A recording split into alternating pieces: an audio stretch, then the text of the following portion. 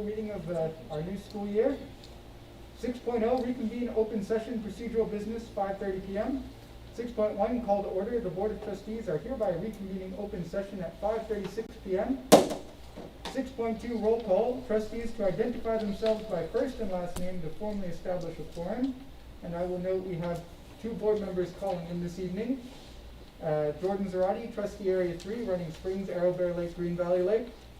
Cindy Gardner, Trustee Area 2. Natalie Lindeman, Trustee Area 2. Natalie Branson, Trustee Area 1. Tanner Midland, Trustee Area 1. Okay, we have our quorum. 6.3, Pledge of Allegiance, led by Bruce Wilmington.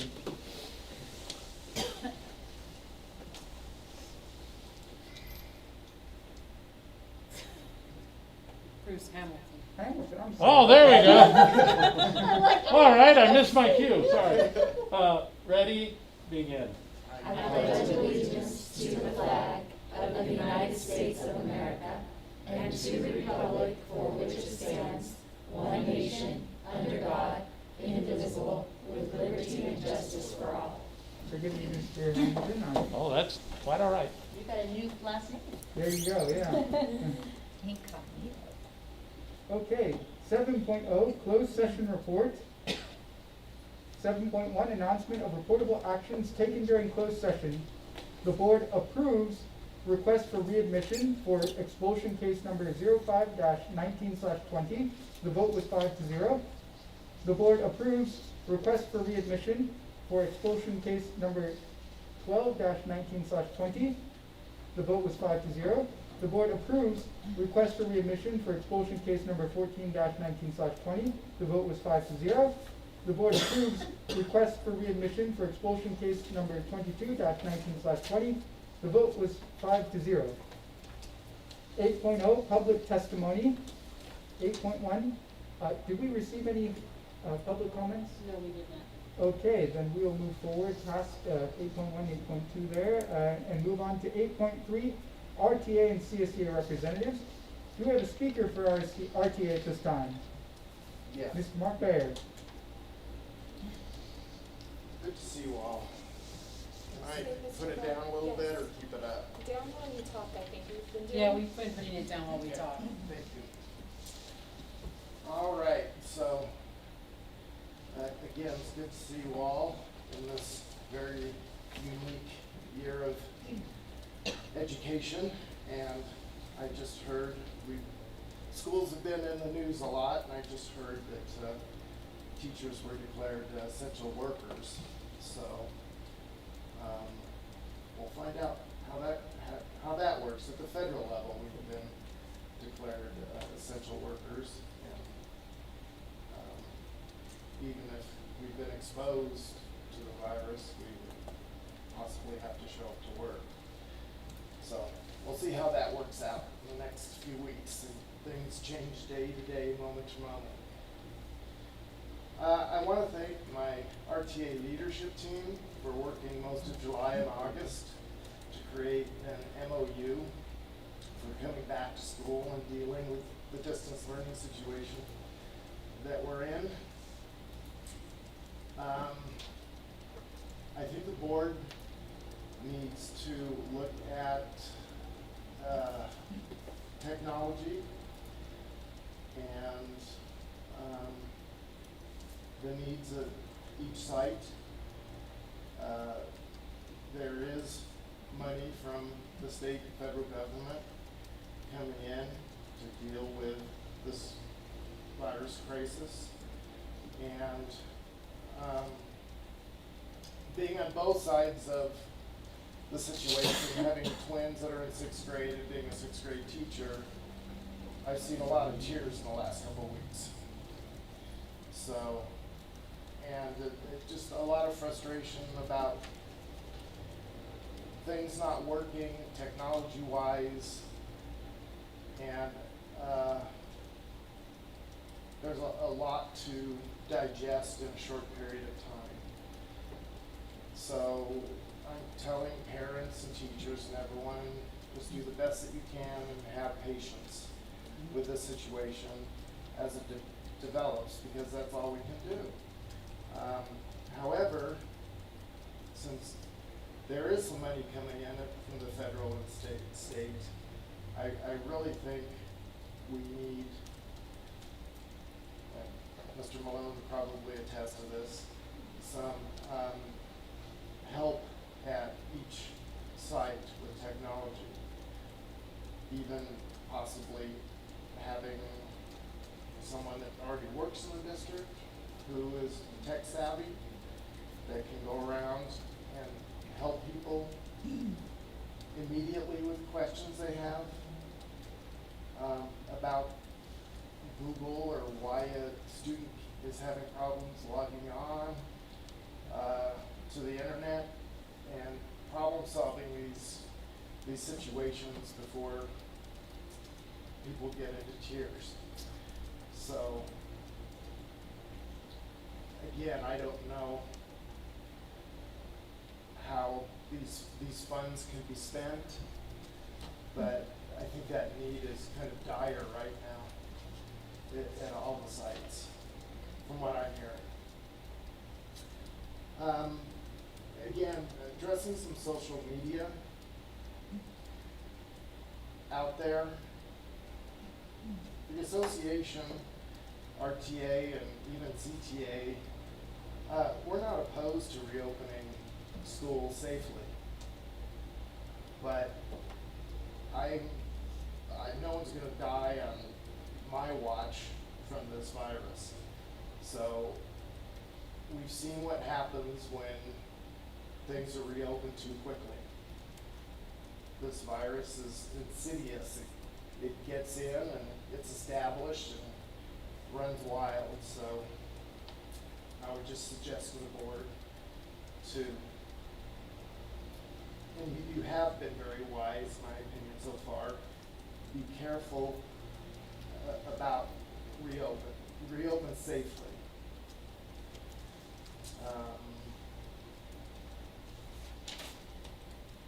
And I think that's it. Thank you very much for your time. Thank you, Monte. Thank you. Do we have a CSEA speaker at this time? No speaker at this time. All right, then we will move on to 9.0, governing board members' reports and announcements. 9.1, governing board members'. Do we want to start online with perhaps Dana Ridlin?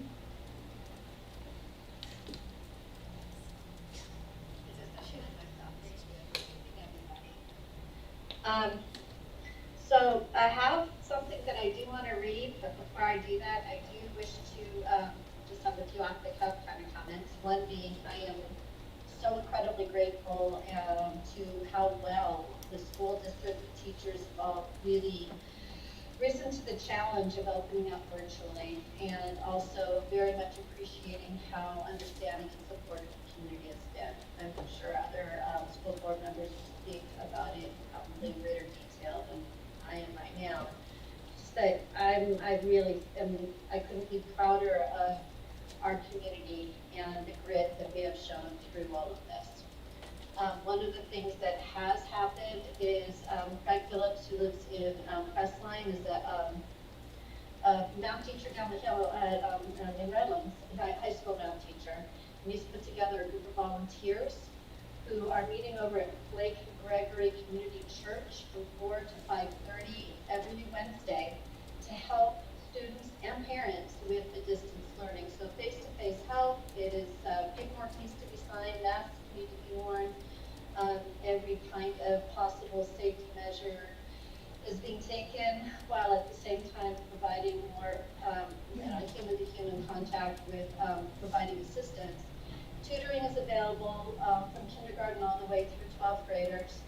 I do know of people who are prepared to even tutor in calculus or AP physics if that help is requested. So the community wishes to help kids in any way they can.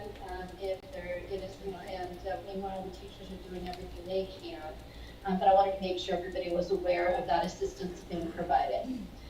Now, as far as what I wanted to read, San Bernardino County Supervisor Robert Lovingood sent out a plea yesterday afternoon to Governor Newsom. And prior to reading it, I do want to but, just comment on what Mr. Bear had to say is I do believe that we need to make sure safety is our first concern. And I do not want to put any employee in an uncomfortable position of having to be, safety has to be paramount. But with that said, I do passionately believe that decisions being made at a local level are going to be helpful in trying to be able to make sure each community is being served in the best possible way. So with that said, this is a reading what Supervisor Robert Levingood wrote yesterday. This is addressing to California Governor Gavin Newsom. It says, please, the time has come for every school and every business in the 1st District of San Bernardino County to reopen. The 1st District has a population of 438,694 with 64 COVID deaths. Our confirmed County of San Bernardino hospitalization cases have been steadily dropping since July 25th from 638 down to 445 as of August 15th. While every death is tragic, we need to realize the tremendous damage being done to the fabric of society from lost jobs, destroyed businesses, rising drug and alcohol abuse, increases in crime and aggression. All of this is backed up by scientific data, so let's follow the science. 1 in 4 Americans aged 18 to 24 considered suicide within the past month, according to the U.S. Center for Disease Control. And 40% of American adults are struggling with mental health issues or substance abuse. In some parts of California, doctors report seeing more deaths by suicide than from COVID. These aren't cold, hard statistics. They are living, breathing human beings who are suffering under the state lockdown orders. And as every parent knows, the lockdowns are profoundly harming students, both in terms of their educational progress and their mental state. CDC Director Robert Redfield said, quote, having the schools actually closed is a greater public health threat to the children than having the schools open, end quote. The fact is, students in California have a far greater chance of being killed on the way to school than dying of COVID. The closure orders are creating absolute chaos in our schools. Our school districts have been working tirelessly over these past few months to establish functioning models that protect teachers, staff, and everyone involved with the educational process in preparation of the school year. Many districts recently made announcements about how they would have their learning plans rolled out. With that said, he is saying that local superintendents, principals, and school boards should make local decisions in the best interests of local residents. Closure orders have crushed businesses, at least those that didn't win the favor of a special exemption. And so the science is showing that 82.5% of COVID deaths in California are among those 60 and older. And we can safely isolate those who are most vulnerable and lift the closure orders.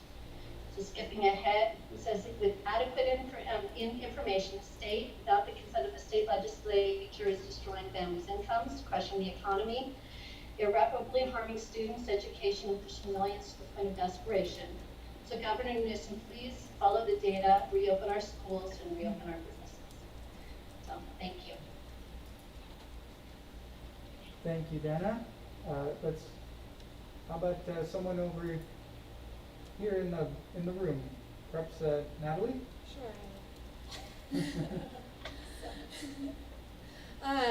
I think that people can probably hear some trepidation in us all speaking, because these are just really challenging times, and there's not a whole lot of good news to share. You know, I welcome everybody back. I think as a team we've been working really well together, as Mr. Bear alluded to. People worked all summer long to make this the best opening possible in the climate that we're in. And local control has really been taken away from us, and which is extremely frustrating for me, and probably for many of us sitting here, is that there was the impression that it was going to be decisions that we could make amongst ourselves as a district for the best interest of our community and our parents and our students and our families, and that was taken away from us. So with the parameters we've been forced to work under, I think that we have all been doing the best job possible.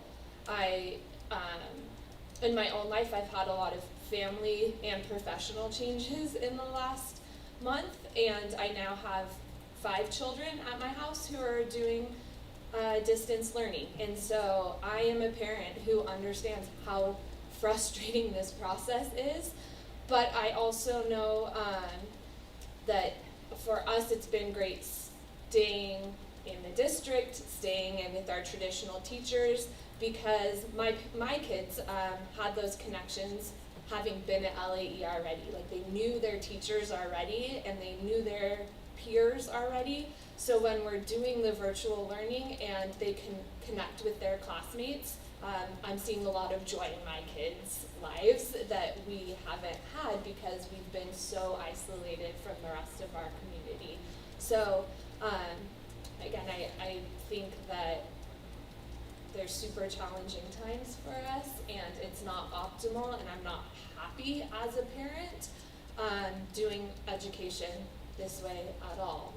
And we're, in my home, trying to make the best of it, being very patient, being very, having a lot of grace, and not getting flustered by it, because getting upset and getting riled up really doesn't change it. I do know and I believe that we are all working our best to make it the best it can be.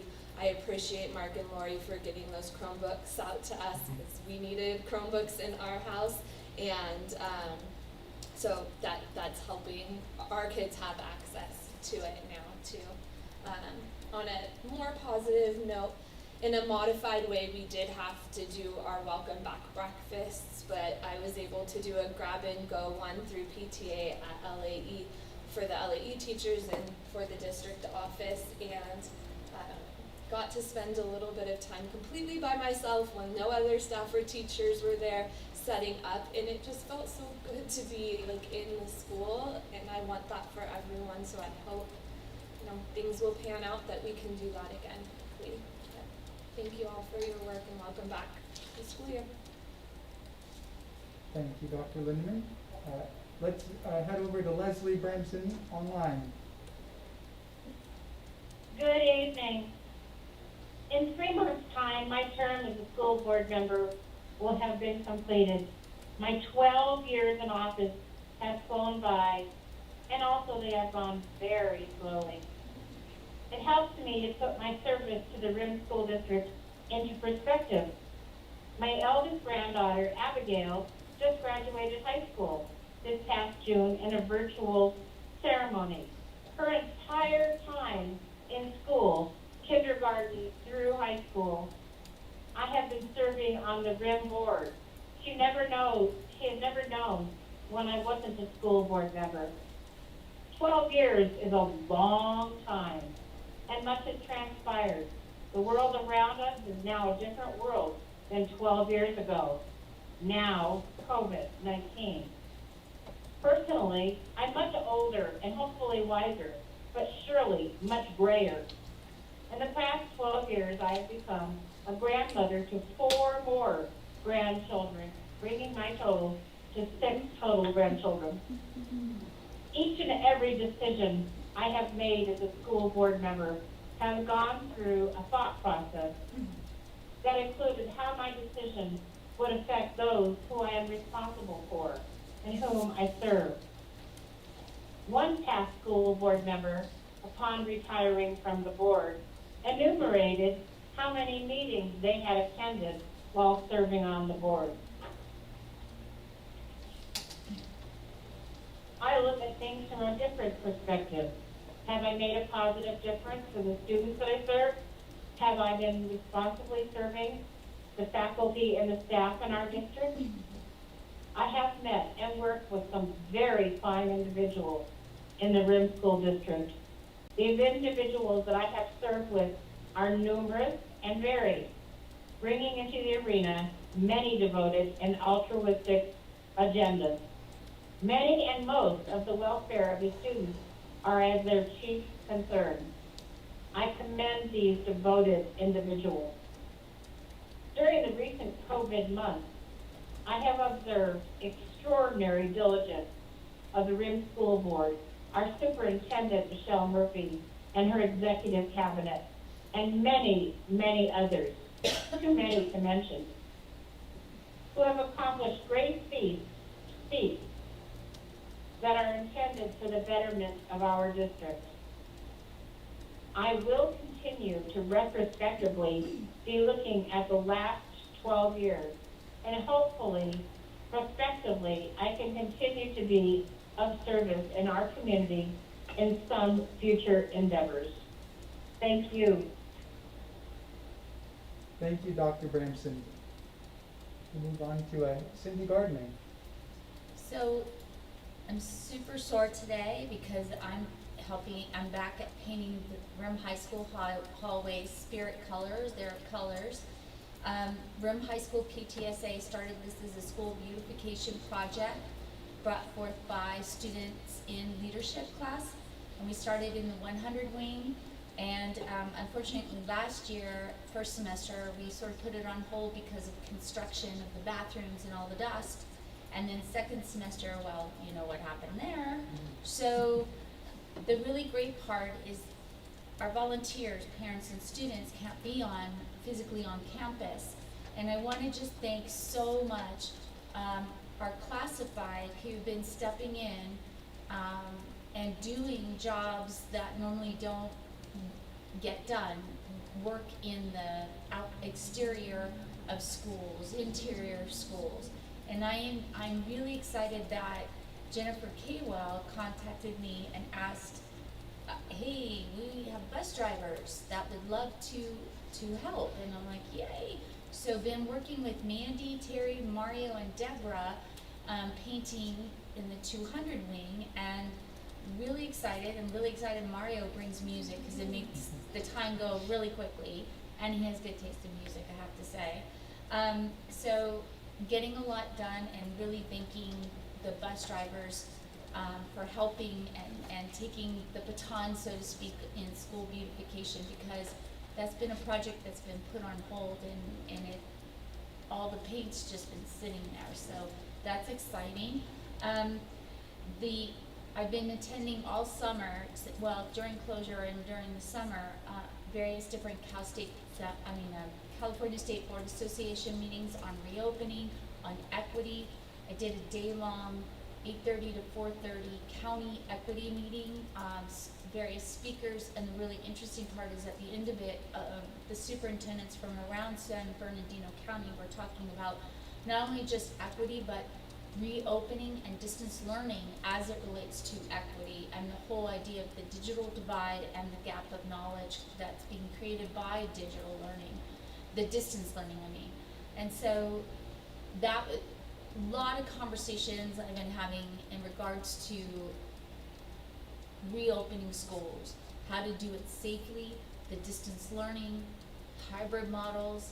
Been hearing about everybody's and seeing everybody's plan of stage one, we're in distance learning, then we're going to move into hybrid, whatever it is. It's been really great to learn and see what Redlands is doing, Fontana's doing, and knowing that we are in the same boat as the other school districts. Everybody is struggling with the same issues, and it's really, it gives validation that we up here, sometimes we feel isolated, but we literally are experiencing the same issues across the state and across this nation. So I really appreciate going to these meetings, because every single time, even though a lot of it is rehashing, I will get more and more from what others are doing, what other districts' concerns are.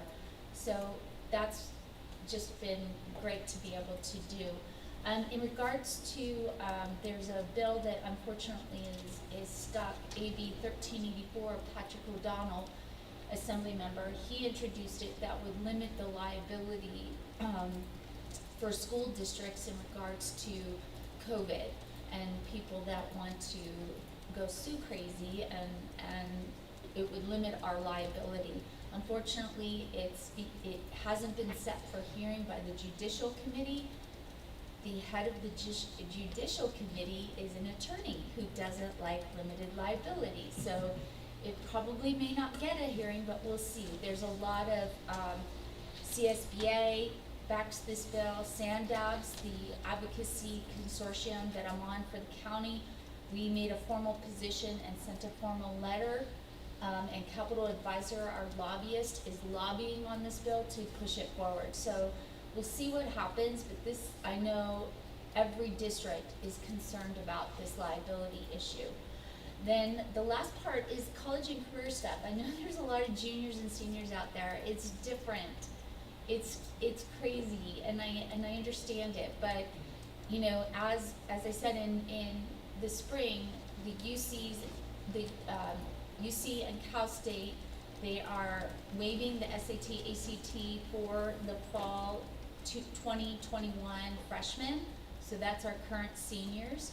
So, however, I'm going to say, if you are a senior and you're majoring in engineering or something like that, please make sure you check the school that you want to apply to and the department to make sure you don't need to take SAT subject tests, okay? Don't mess yourself over thinking that, oh, I don't have to take an SAT class. Double check, please. Check the REM High School website under college and career information. That's under the guidance. It has lots of information for you and the most up-to-date announcements. Kathy Hortman, the College and Career Center, she is planning to have colleges and the military conduct Zoom meetings, and an invite will go out to parents and students. You don't even have to be a senior or junior to participate in these Zoom meetings with admissions from various different colleges and the recruiting reps with the military. So just keep a lookout on that. I'm excited that we're trying to be normal as possible in the area that is causing a lot of stress for our seniors and our juniors. So we're trying to make it normal, and so just keep looking at social media, the REM High School Facebook page. Tori Burke is great at keeping that going and putting stuff out there. And just know that the admissions boards for all the colleges know that this is a really stressful time. So don't hesitate to reach out to our counselors.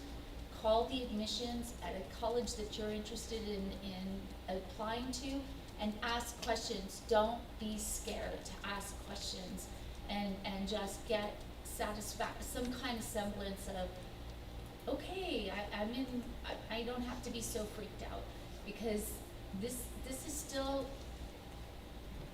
going to be great for you. I know it really kind of stinks right now, but it will get better. So just keep plugging along, keep doing your college essays and your applications, and and if you're an underclassman, just keep meeting the A through G requirements. Just do your thing, because we're not going to be here all the time wearing masks and being afraid to be in a traditional classroom. We will at some point be as close to normal as possible. So just keep going. I know and reach out. Just reach out to a teacher, reach out to your counselor, reach out to the principal if you really are stressing about this stuff, because you don't need to. We love you, and we'll help you with whatever we can do. So that's my thing. Thank you, Cindy. Okay, then we'll move on to my board report. Good evening. I just want to echo what my fellow board members have said, and start with a big thank you to our staff for everything that they've done to get ready for this new school year. My wife and I volunteered at the Chromebook distribution day. I think Cindy was there too. We're all in different stations, but it just gave you, it was quite an event. We stayed longer than we had signed up for our original shift, but because there was a need at the high school, we needed to be there to help distribute those Chromebooks. But it was just a small piece of all of the effort that went into reopening. All of the preparation of taking apart the Chromebooks, or taking them out of their carts, setting them up, labeling them, bringing them to the school sites, making sure that they all worked properly. All of that effort, went in beforehand. So a big thank you to our technology department, Mark and Lori. Thank you to our library media techs for coming in and volunteering as well and doing that work and helping get those Chromebooks set up too. Thank you to administration that also not just was working on state meetings, county meetings, federal meetings, but also were volunteering and going to the school sites and helping all staff with whatever they need. I know Michelle put on her CTO hat again, and was helping the technology department. So it's a big thank you to them, but not just our staff, but a big thank you to our parents and guardians too. Thank you for your patience, for your adaptability, and really the outpouring of support for our teachers here at our district. It's been really wonderful to see our community come together in these trying times. So a big thank you to that, and to our community members themselves. They might not have anyone in the district anymore, but I've seen numerous posts of retired education professionals, people who work in the education industry, volunteering to do tutoring for students that need it, virtual tutoring. I know Dana shared some resources for us, but it's wonderful to see that, again, our community is all coming together for this. And I'll mention some, I'll move on from that, but again, big thank you. And I know we mention it nearly every board meeting, but I just want to put out a reminder that last year our school district adopted Care Solace, and that is a wonderful, wonderful support system for our students, especially now when everybody's being put at home, everybody's having to go through things mentally, and it's trying and it's hard. And Care Solace will provide virtually contact with a licensed therapist within 1 to 72 hours. It's a no-cost service. They work with every insurance provider in the state of California. They work with the uninsured, and again, it's a no-cost program. It's right there on our district website. If you go there, it's the last tab, but it's on the main menu right there. So I would really encourage anyone who might need that. It's available to students, staff, and families. And we do have challenging times ahead. Cindy mentioned all the meetings that she's been to over summer, and there's been a lot of meetings. Normally during school years, it's the quiet time. There's some time for district administrators or teachers and other staff members. It's the time when they take their vacation, if you're going to take vacation. This year that wasn't possible for a lot of people. They stuck through it, and it was super busy. But those meetings were important. They were valuable. A lot of rehashing, like you were saying, Cindy, but there was a lot of reopening meetings. There was a lot of financial meetings and budget meetings. There was also, how do you address mental health? How do you address equity? So there was a lot of really substantive meetings that came out of this pandemic during this summer. But we're in for hard times financially. We're in for hard times emotionally. But I'm optimistic. Overall, I think I'm still looking forward to this unique, bizarre school year that we're in. But your board of trustees will still be here. We're still going to put in the effort to educate ourselves. We're still going to be involved in advocating for our school district at the county level, at the state level, with our representatives at the federal level. We'll continue just doing what we do and welcoming your feedback, criticisms, and suggestions. We're all here for you. I mean, all of our emails are open. I'm sure you could talk to any one of us, and we'll give you our number, and you can give us a call or send us a message. But I'll end there, so thank you, everybody. And with that, we'll move on to our superintendent, Michelle Murphy, 9.2 Superintendent Report. I feel like I have a long list, but hopefully they'll be not too long. I missed our welcome back this year. As Natalie mentioned, it's my 4th year, and that's an event that we gather and get to see each other again. So I hope that employees took the time to read my short little letter and watch the fun video from last year's guest speaker. I wanted to give some statistics about what our teachers and staff have done in relation to Google since we've opened. So our team has deployed over 2,000 Chromebooks, and that doesn't include dismantling the carts and all the work that it took to do that. On average, we have 2,000 students logging in at the same time in the morning on district devices, so that doesn't include their own devices at any one given time during the school day. We've had 19,400 Google documents created since school opened, 987 Google slide presentations created by our teachers, 1,200 assignments, and over it's almost 30,000 participants in our Zoom and Google Meets. So, and that's in about a week's time. So thank you, Mark, for helping me with some of that data, but that'll come out in a press release tomorrow. But we really, we're excited that we can monitor that and see all the work that everybody's doing. We have 94 kids enrolled in our home choice program with a waiting list for K-6, and that is off and running and has been successful thanks to Mr. Nygren and the 3 teachers that are teaching the home choice program for our elementary students. I attended new employee orientation and got to welcome employees via Zoom, again not in person, but got to welcome them. Mr. Beal and I visited every school campus last Friday just to check in and see how it was going and see all the cars in the parking lot, and that was a fun day for us. So I will continue my monthly school visits. A goal of mine is always to visit every school every month, so I will continue that even in distance learning. Starting my first visit will be with VOE and I think LAE next week. So, numerous county and state meetings take place for superintendents every week, and they have started, they started that in March and they continue to this day.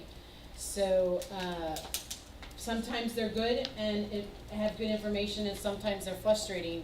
Right now, I think it's a little frustrating for most superintendents as school has started and guidelines are still not here.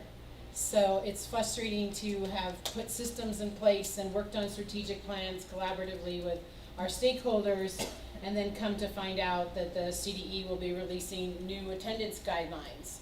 So probably tomorrow, and engagement guidelines. We were anticipating small group instruction guidelines to be released on Monday, as in 4 days ago. They have yet to release those. So there is frustration, and we are grateful to our administrators and to our teachers as we try to react to things that are out of our control and guidelines that weren't thought of before we opened school in the state of California.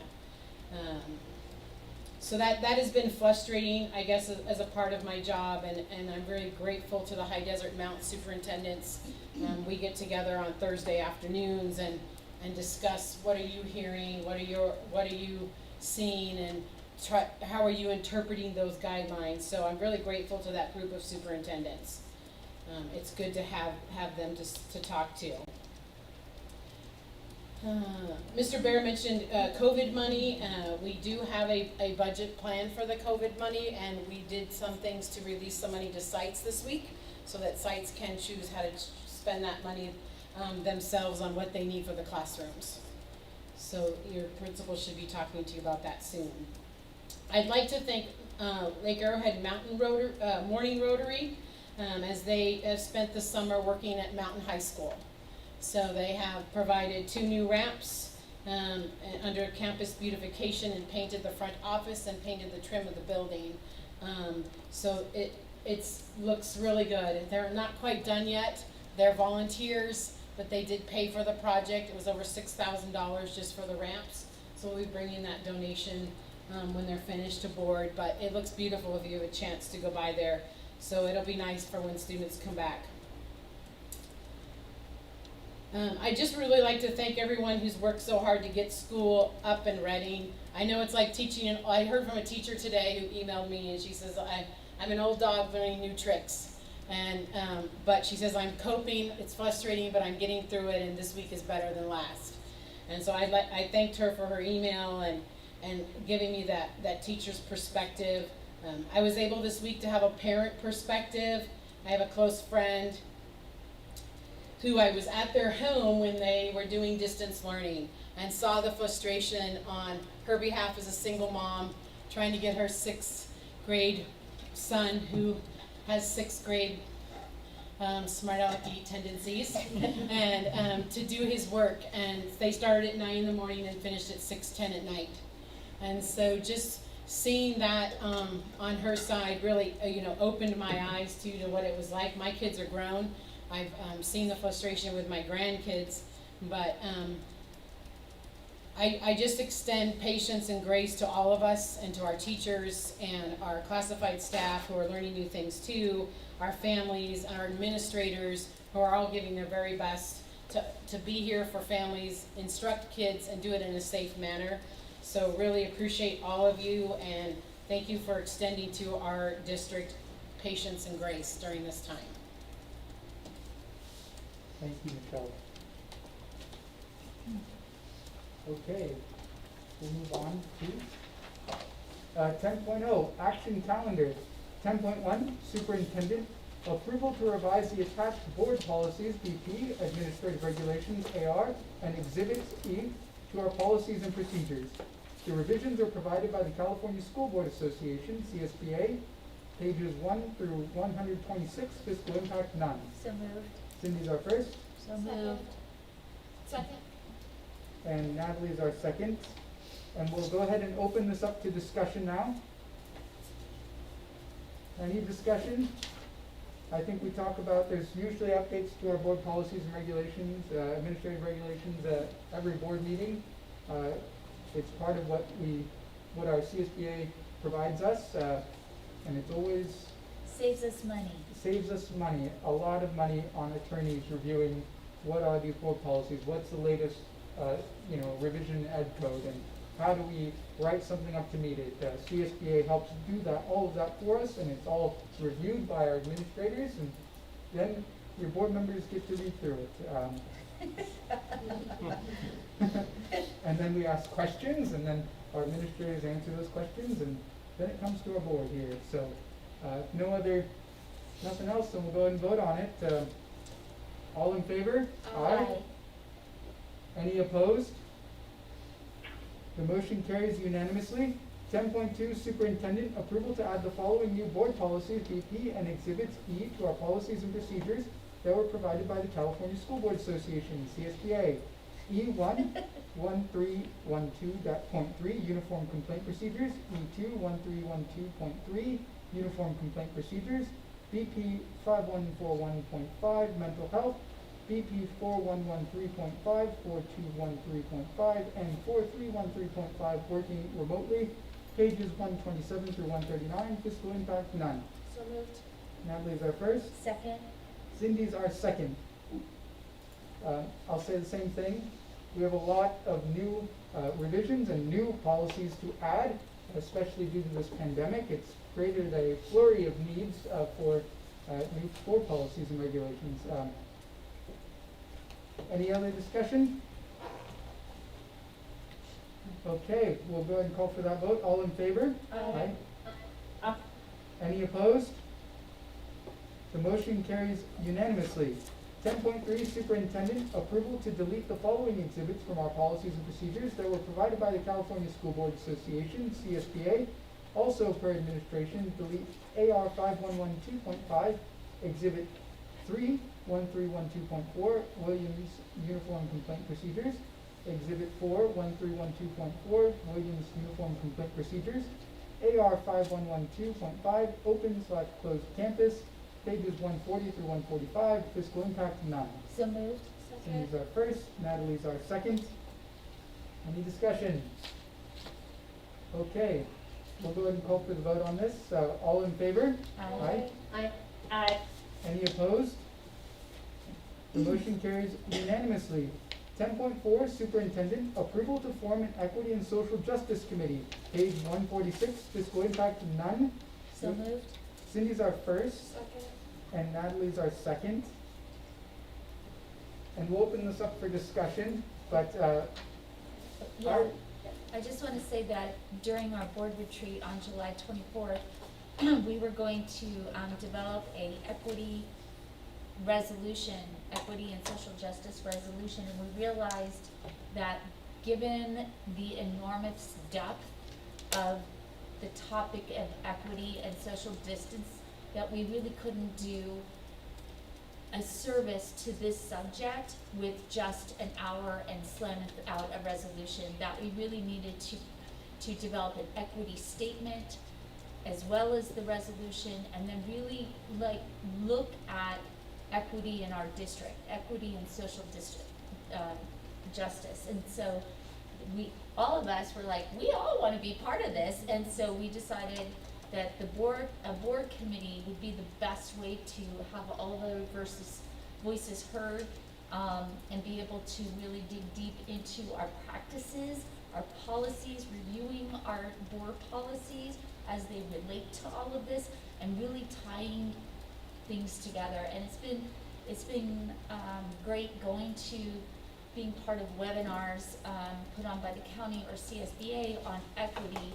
CSBA, the PACER for San Bernardino County, our new PACER, reached out to me and said that she does a lot of equity work with boards, so she's willing to come to one of these if we wish. I'm not pushing her on anybody, she's just offering, and it's free. And so she would come and work with us, and on it's, so anyways, I just think this is really, it's very valuable, because we do have a large Hispanic population. We have underserved student populations, low income, as well as a few Black students, but it's just the fact that there's also gender issues and all these things that tie into it, and we really need to take a look.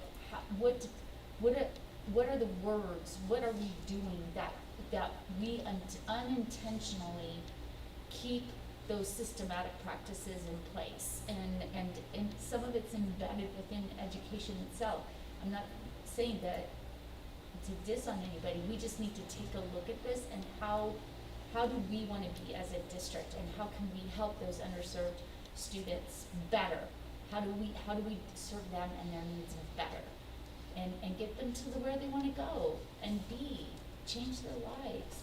I would like to, a lot of districts, a lot of businesses and companies were putting out statements in regards to equity and social justice, and we didn't feel as a team that was sufficient, that there really had to be something more meaningful behind that, and some actions put in place and plans put in place that could be measurable, so we know that they're impacting.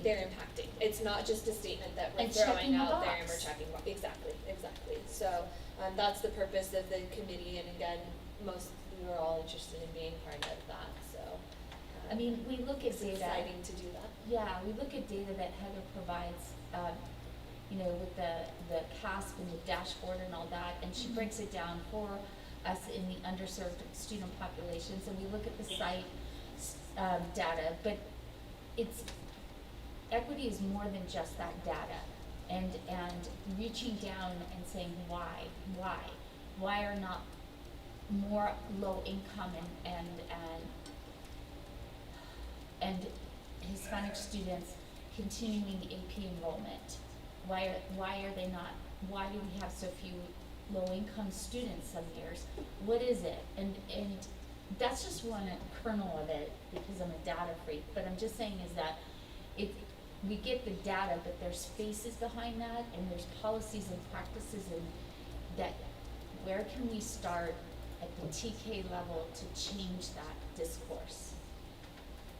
And I'll just add on as well, it could have, and what originally started for many organizations as adopting or writing an equity statement or an equity vision for their districts or organizations, that's as far as it goes. And we found out at our board retreat that it goes much farther beyond just writing a statement. It requires, the next step would probably be writing an equity plan and putting one of those in place. It would be getting the types of reports that we need. Now, Cindy mentioned she's a data freak, but there's a lot of data that we need to collect first to understand equity. And that's something that we plan to be doing with Kelvin, for example, is collecting the data so that we can start with a basis. How inclusive do our students and staff members feel? How inclusive, of an environment are we perceived to be providing? We need to know where we currently stand so that we can take that data, analyze it, figure out what we need to do next. And if we have the CSBA PACER that's willing to help us with that, I'm sure the committee would love something like that. But that'll be, of course, the committee can decide that when they agendize and meet and do all of that. But it's wonderful. And also, when we talk about practices, it's like, how do the students, and this is something that the Kelvin can help us with is our students of color, our students that are low income, any of our student populations that, like our foster youth and homeless, that definitely sometimes may feel as outliers a little bit. How do we say, what has been your experiences at school? And how can we change this? How can we make sure that we are not continuing the actions and the words and the practices that make them feel as if they're a subgroup, or, you know, that they don't have the same access to an equitable education as their white student group population does. Jordan would like to say something. Please. Just to add on to what what everybody's been saying is, I think to reiterate what we talked about at the retreat, is it's important to all of us that every single student feels valued. And so we want to be able to make sure that we're not leaving anybody out or underscoring any potential, just the equity is, the idea is not to identify any one specific group. More importantly, to make sure that we are doing our best by all of our students. And so, and that takes care and thought, along with taking a look at the data and being really retrospective about what it is that we're trying to incorporate, and also to identify where we're doing wonderful things in the district, but just being very thoughtful about the process. And I'll also add as well, you know, it's unique for a rural school district like ours, or smaller school districts, to have a committee like this. I was very hard pressed to find any examples of a board created committee to address social equity or social justice. So I think it'll be really interesting, because we're wading into somewhat new waters for most districts here in Southern California. The larger districts have parent committees that are run by an equity director. Well, most small districts Don't have the money. don't have, yeah, exactly, the financial resources to have something like an equity director. But larger districts do, and those larger districts will then have somebody that facilitates community meetings and does all of that work. But but if you don't have those financial resources, it's pretty much nothing. So we've decided to take it upon ourselves as board members to create our own committee. And again, it goes beyond the vision statement, because if we create a standing committee here, this will last in posterity until a board decides to dissolve it. And that brings me to the paper that I printed out, or Connie printed out for us. And I wrote up a proposed amendment to be in better compliance with our board bylaw, and that's board bylaw 9130-B. Our current agenda item doesn't include the specificity that I think is required for us to establish this committee, so I wrote up a small amendment. We can do this two ways, since Cindy and Natalie are the ones that are made the motion and seconded it. If either one of you would like to adopt or propose my amended solution, you may do so. Alternatively, I can propose a substitute motion that includes this.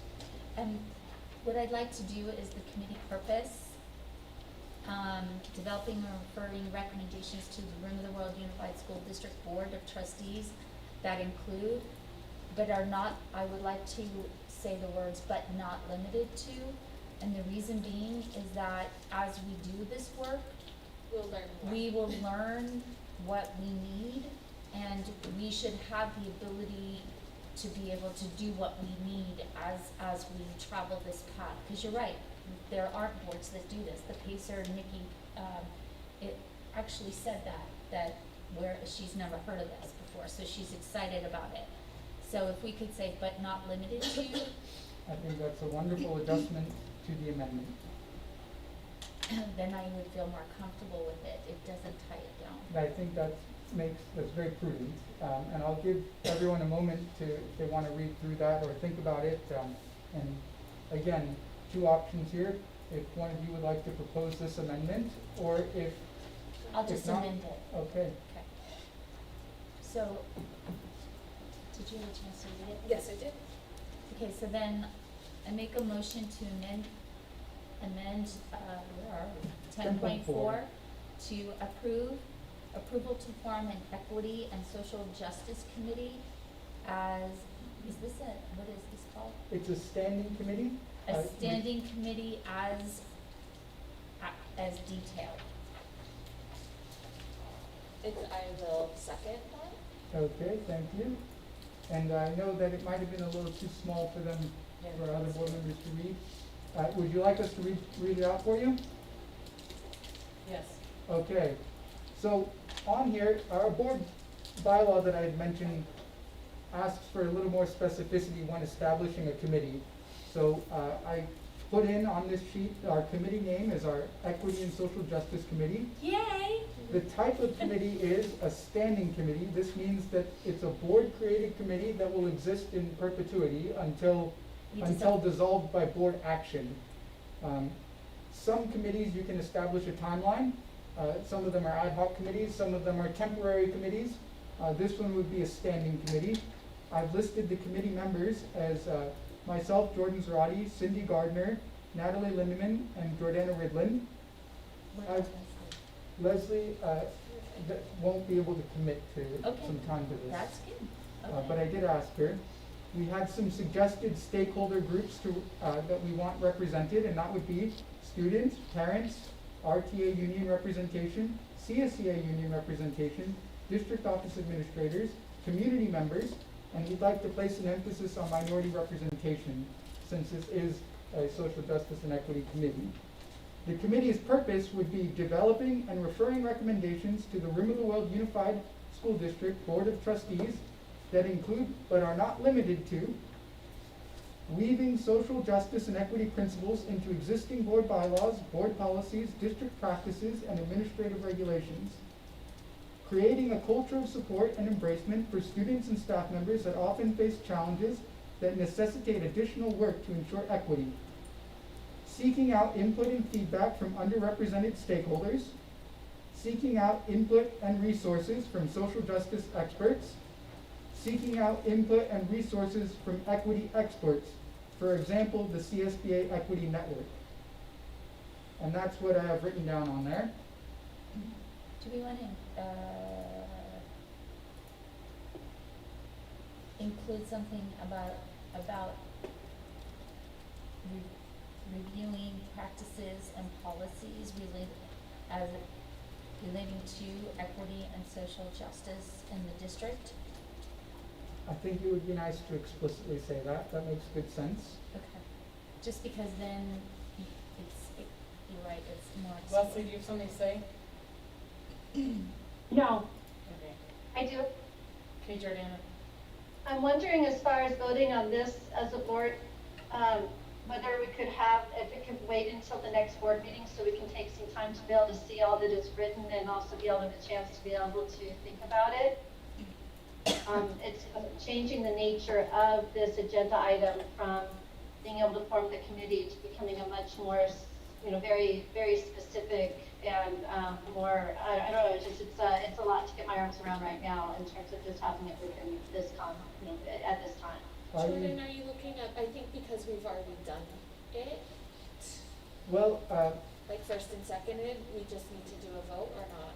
Dana can propose to postpone to our next meeting. I can amend my motion again to. So it's, table the this. original agenda item is not, it's the modification, it's the newer motion. Well, the issue with the motion as is I don't believe it contains enough information required by our board bylaws. Okay. So I don't think it would be a binding committee if we So- establish it and don't fill out all of the, for example, on board bylaw, it says that you must clearly define the committee's purpose, any timeline for completion of assigned responsibilities, any stakeholder groups or individuals to be represented by the committee, the length of time that committee members are expected to serve, and expectations for reporting to the board and or the superintendent or designee. The current motion, 10.4, as it was originally written, doesn't include all of that information. So I can amend my motion to table this. Well, then it can also propose to postpone to our next meeting, or we can review or go backwards a little bit. Do we want to try to approve this as is and then revisit, or perhaps approve it upon further review from our other board members that weren't able to read this, so that they have time to digest it? You could table we it and just put it attach back this as on an the- attachment Yeah. would be the cleanest way. Yeah, Yeah, and just put it to on the table agenda it. for next Yeah. meeting. And then we have this sent out Yes. to the board, and then we can email back the feedback, including what I just said about adding the review policy practices and procedures. So I now am going to amend my motion, 10.4. I would like to table 10.4 and put it on the September 10th board meeting agenda. Okay, Sally, second. all right. Any discussion on that before we take our vote? No. All right, I think, yes, no need to rush this. We can wait a couple weeks to do that. That seems fine. And then this would become part of our backup paperwork for the Yes. agenda item. And that would be cleaner. And on letterhead maybe. Yeah. That's a good idea. And I can, So this all facilitate that. has to be done prior to, Yeah. okay. Correct. Just in the middle of the Right. agenda. okay, so we have a motion on the floor to table 10.4 until our September 10th board meeting. And it's been seconded. Let's go ahead and take our vote. All in favor of that, say aye. I, Aye. Any opposed? The motion to table until our September 10th board meeting is approved unanimously. With that, we'll move forward to 10.5, Personnel Services, approval of the personnel page, pages 147 through 149, fiscal impact budgeted. so moved. Cindy's our first. Second. Is that Leslie Leslie. there? Yes. Okay, Leslie Leslie. seconded. The copies. Any discussion? Okay, we'll go ahead and call for the vote on this. All in favor? Aye. Aye. Aye. Any opposed? The motion carries unanimously. And would you like, let's go ahead and introduce our new VOE principal. He gave us the Pledge of Allegiance. It's Bruce Hamilton. Thank you. Can we see me if I sit here? Yeah. Yeah. All right, let me get rid of the mask here.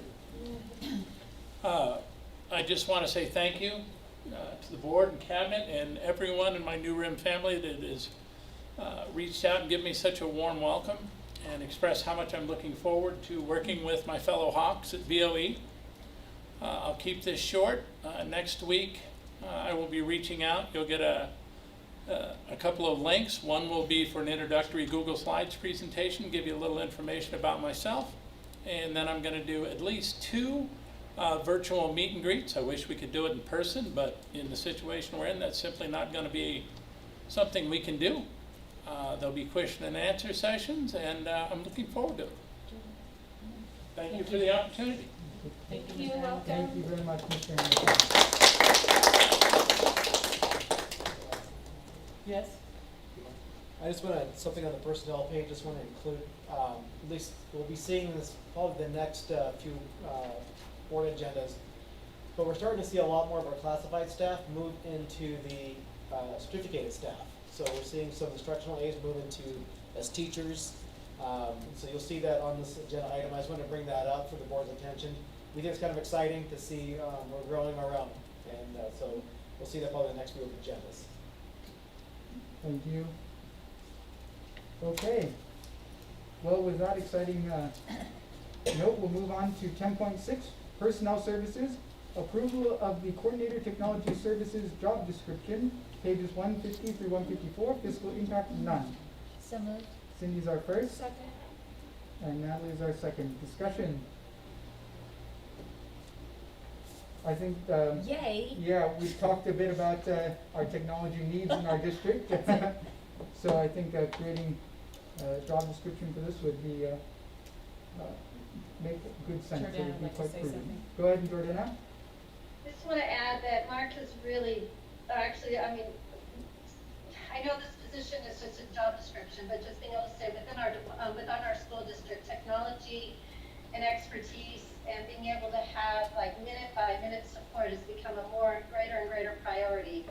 So having a position that will allow us to be able to have that management level, being able to have somebody being able to manage the systems better, or not, I can't even say better, I'm really fumbling here, just saying our district really mentioned technology support. And it's a growing need, and our current staff has grown and grown and grown individually, not by staffing, to be able to meet the need. But we need to provide greater support within our district, to be able to have that expertise grown. That was poorly said, but I think you guys get the idea. Well done, Jordana! Woo! Thank you. Okay. With that, we'll go ahead and call for a vote. All in favor? Aye. Aye. Any opposed? The motion carries unanimously. 10.7, Special Services, approval to establish the meeting dates for the Parent Advisory Board, PAB, and Parent University for the 2020-2021 school year. Meeting dates are October 21st, 2020, January 20th, 2021, and May 12th, 2021. Page 155, fiscal impact, none. So moved. Cindy's our first, Second. Natalie's second. Discussion. I'll just say though, they will be virtual if we're still in this distance learning mode. It's important to note. And Cindy and myself are on that one. Yes. Yes. All right. We'll call for the vote on this. All in favor? Aye. Aye. Any opposed? The motion carries unanimously.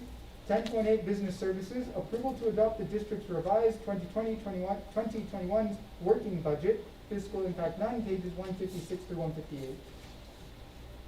So moved. Natalie is our first. I'll second. Jana is our second. And discussion. Thanks, Jenny. Yes, I would like to thank Jenny and her team for their diligence and excellence. Okay, thank you. Any other discussion? The working budget, and we'll be approving another one in September, I believe. Yeah, there we go. But it makes sense so far. So, I'll call for the vote on this. All in favor? Aye. Aye. Aye. Any opposed? The motion carries unanimously. 10.9 Business Services, approval of resolution number 20/21-02 to authorize temporary borrowing between funds of Bryn School District. This resolution will replace number 19/20-18 that was board approved on June 11, 2020. The new resolution is at the request of the county. The resolution number must begin with number 20/21 to show that it is for the 2021 school year. Pages 159 through 163, fiscal impact none. So moved. Cindy's our first. Second. Second. I'll give that to Dana there, second. And discussion. Seems like an easy fix. All in favor? Aye. Aye. Aye. Any opposed? Aye. No, I it's think just that's delayed. just a late delay. We'll confirm that. Dr. Branson, that was just a delay on the yes vote, correct? Yes, sir. Okay. Delay. And with none opposed, then the motion carries unanimously. 10.10 Business Services, approval of California Multiple Award Schedule, CMAS, with MJP Technologies Incorporated for 720 Lenovo 100E Chromebooks. The board accepts and approves MJP Technologies purchasing contract, California Multiple Award Schedule, CMAS, MJP Computers, CMAS number 3-17-70-1811 AE, supplement number 2, pages 164 through 211, fiscal impact approximately $191,639.30, COVID-19 relief fund. So moved. Cindy's our Second. first, Natalie's our second. Second. Thank you. Yeah, let's open this up to discussion here. You can start, Natalie. Again, the Chromebooks were just so necessary for our students and our families, and I appreciate all of the work that you guys put into getting them out to us, and teachers and support staff that also were part of that process. So, thank you. That's all. Anyone else? This is big news. I know that Michelle, you had mentioned we've given out nearly all of our existing Chromebooks, is that correct? We have a couple hundred left. A couple hundred left, so getting these new Chromebooks will be really wonderful. I think there's one important thing to This note. will complete our one-to-one, district-wide, so that there's carts and Chromebooks and, for every student. And, there's no expectation of Chromebooks arriving in any school districts before October. So they're anticipating October, November delivery across the United States, just so you know, it's not a quick thing. Sites, LAE and MPH ordered Chromebooks in the spring, and they are getting the same date, even though they were months before this order. Yes, that's a really important thing to note. Just statewide, even in my own personal business, I'm seeing difficulties in acquiring hotspots in particular. But Chromebooks in both, hotspots in both, all technologies really been impacted. Michelle was telling us as well that Zoom, for example, is another heavily impacted service out there. Not surprising. So these are just among the hot items and tickets that every school district across the nation is in need of. But in any case, it's really important that we get these to complete our one-to-one. Dana, Leslie, I just want to make sure you had anything? No question. Okay, then we'll go ahead and call for the vote on this. All in favor? Aye. Aye. Any opposed? The motion carries unanimously. 11.0, consent calendar. Items pulled for separate vote and discussion to be taken into consideration during agenda item 12.0. Did Jordana and Leslie have anything to pull? Either one of you have anything to pull? No, I have nothing to pull. neither one. Neither. I don't either. Oh, let's go. Not so Let's good. break these puppies before somebody says something. I will note that if anyone's curious, from 11.1 to 11.19 on our consent calendar, that covers pages 212 through 333. All right, dude, read the numbers. It was a lot of reading. Riveting reading. So we're going to go ahead and move forward with 11.1, 11.2, 11.3, 11.4, 11.5, 11.6, 11.7, 11.8, 11.9, 11.10, 11.11, 11.12, 11.13, 11.14, 11.15, 11.16, 11.17, 11.18, 11.19. Do we have a motion? So moved. We have Second. first is Second. Cindy Or and go ahead, Leslie is our Leslie. second. Yes. Okay, discussion. Mostly routine stuff, some exciting things in there, hotspots for example, but we'll go ahead and move forward. We'll call for the vote on this. All in favor? Aye. Aye. Any opposed? The motion carries unanimously. I believe for the second time in our history, we haven't pulled something. God. So we'll go ahead and move past 12.0 I'm so sore. and move on to 13.0, governance team future agenda items planning. 13.1, any requested future agenda items? Yeah, I just want to note that we don't have to put together a new candidate orientation. I'm super excited. That's one less meeting. Well, we'll have to do that eventually. Hey. For for whoever's employment. appointed. Yeah, well, whatever. They get to go to training with us. Yeah. And then we'll have fun. I think we can go ahead and rely on our governance calendar. It's pretty robust, if you would like to use that word. You wanna tell what, maybe people don't know, but you're running out of those. Oh, so the reason why we don't have to do the new candidate orientation is because Jordan and I are running unopposed in our new board areas. Mine is now gonna be new, board area 3, and Jordan is board area 5.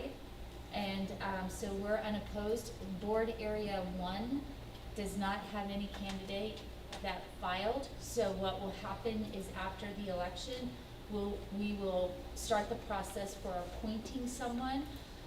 That's an application process and then an interview before the board, and it would be for 2 years, and then the person, if they wish, would have to run in 2022 for a short-term 2 years, sort of similar to what Jordan had to do. So that's the deal. That's why we don't have to have another meeting. And Area 1 basically encompasses Top Town, Cedar Pines Park, portions of VOE, and the upper half of Crestline. So be on the For lookout anyone for that. interested. Yeah, the closing period, I believe it closed, 7th. yes, August 7th. And if somebody has a question in terms of the exact streets, the big detailed map is in the district office, and you can contact Connie Santa Cruz for an appointment to see the big huge map. The small version is posted on our website. But we can't, but unfortunately, like some can't see person the was street. literally 2 blocks from being from the border and couldn't file, so. You can also go on the county website, True. the county elections website, and that True. has a lot more detailed map that you could zoom down in on and Yeah. see street by street. So if you can't make it into the DO but want to know that, the county website is better. And it was a long effort of promoting, the fact that we would have nobody in Board Area 1 and we mentioned it in all our meetings, our MAC meetings, our government affairs meetings, our Crestline Connect meetings, our chamber board meetings that we go to, any ancillary meetings that we think, where we thought somebody might be interested in running for any of those positions or board areas, but ultimately nobody filed before the deadline. So it'll have to go through that point in the process. But to bring us back on track here, in short, no request for future agenda items. Okay, moving on to 14.0, future meeting dates. Everything's been moved to the district office, so our regular board meeting for September 10th, 2020 at 5:30 p.m. will be at the district office and live streamed on YouTube. We'll have a special board meeting September 24th, 2020 at 6 o'clock p.m. at the district office and live streamed on YouTube. We'll have a special board meeting on September 29th, 2020 at 6 o'clock p.m. at the district office and live streamed on YouTube. And we'll have a regular board meeting October 15th, 2020 at 5:30 p.m. at the district office and live streamed on YouTube. All future meetings will be held at the district office and via YouTube for the public until executive orders change regarding gatherings. 15.0, recess to closed session if necessary. I don't believe it is necessary, so we'll move on to 16.0, adjournments. I make a motion to approve the adjournment at 6:54 p.m. Seconded by Natalie. I'll open it for discussion. It's still light out. This is a near miracle for us. A near miracle. Any other discussion? We'll go ahead and call for the vote. All in favor of adjourning at 6:54 p.m.? Aye. Aye. Any opposed? The motion carries unanimously. The board meeting was adjourned at 6:54 p.m. Yay!